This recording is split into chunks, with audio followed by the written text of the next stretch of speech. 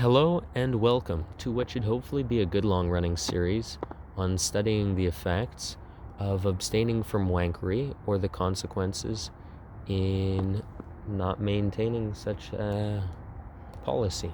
So let's begin by starting up the voice pitch analyzer,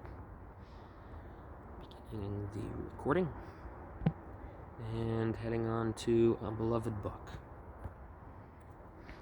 The Penguin Sherlock Holmes Collection, A Study in Scarlet by Sir Arthur Conan Doyle, dubbed The Literary Super Sleuth by Daily Express.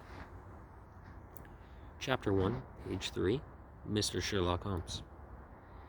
In the year 1878, I took my degree of Doctor of Medicine of the University of London and proceeded to Netley to go through the course prescribed for surgeons in the army. Having completed my studies there, I was duly attached to the 5th Northumberland Fusiliers as assistant surgeon. The regiment was stationed in India at the time, and before I could join it, the Second Afghan War had broken out. On landing at Bombay, I learned that my corps had advanced through the passes and was already deep in the enemy's country. I followed, however, with many other officers who were in the same situation as myself, and succeeded in reaching Kandahar in safety, where I found my regiment and at once entered upon my new duties. The campaign brought honors and promotion to many, but for me it had nothing but misfortune and disaster.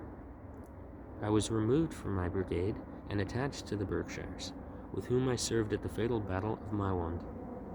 There I was struck on the shoulder by a Jezail bullet, which shattered the bone and grazed the subclavian artery. I should have fallen into the hands of the murderous Gazy had it not been for the devotion and courage shown by Murray, my orderly, who threw me across a pack horse and succeeded in bringing me safely to the British lines. Worn with pain and weak from prolonged hardships which I had undergone, I was removed with a great train of wounded sufferers to the base hospital at Peshawar. Here I rallied, and had already improved so far as to be able to walk about the wards, and even to bask a little upon the veranda, when I was struck down by enteric fever, that curse of our Indian possessions. For months my life was despaired of, and when at last I came to myself and became convalescent, I was so weak and emaciated that the medical board determined that not a day should be lost in sending me back to England. I was dispatched accordingly in the troop ship Orontes, and landed a month later on the Portsmouth jetty. With my health irrevocably ruined, but with permission from a paternal government to spend the next 9 months in attempting to improve it.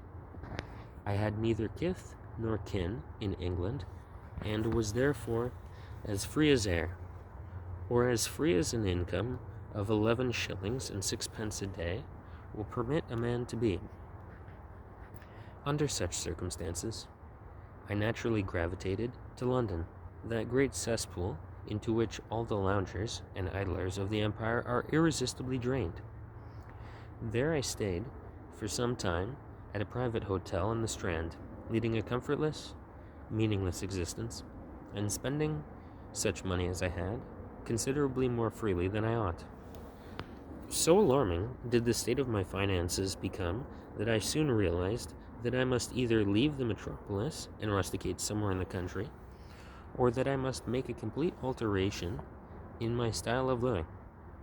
Choosing the latter alternative, I began by making up my mind to leave the hotel and to take up my quarters in some less pretentious and less expensive domicile.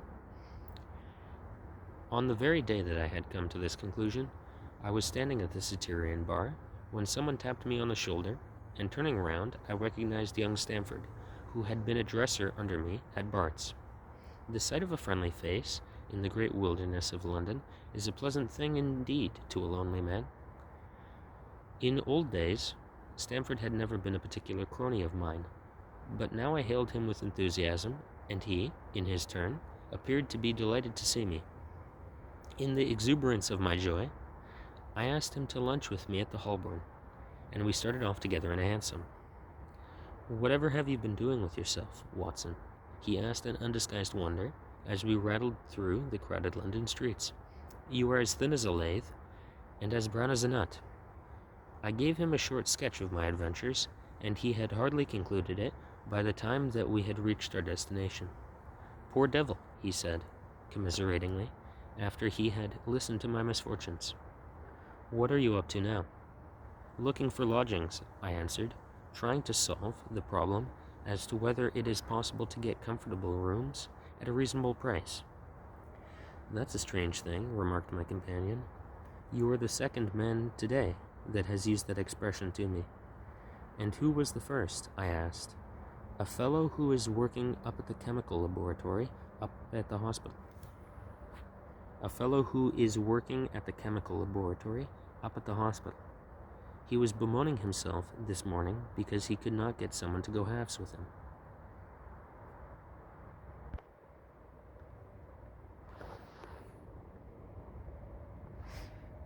Now let's review our statistics, and then I'll let you know my thoughts and my state of being lately, and then we can conclude. Okay. So here's the overview. Fairly tight, decently low. Pitch over time. Consistently low with early and mid spikes. Details, general average 114 hertz, minimum 82, maximum 200. We're breaking 200, literally 214. Double the average.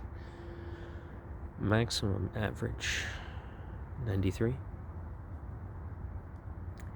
Or no, minimum average 93, maximum average 170 or 137. Now for the graph, we're doing okay. Alright, so for the past long while, I have not been abstaining. Now, my hypothesis on why I'm sounding alright and decent as of late is because I've been having regular meals with decent hot sauce, so that's definitely cleared my sinuses fairly well. I've had a decent amount of sleep today and the day prior, so I am well rested, and my mood or demeanor right now, my energy definitely plays a role. So I'm thinking from here on out there shouldn't be any reasons or causes to finding out how low we can go. No more interruptions or tribulations. Let's get on with this. Alright. So we'll leave it there. Until next time.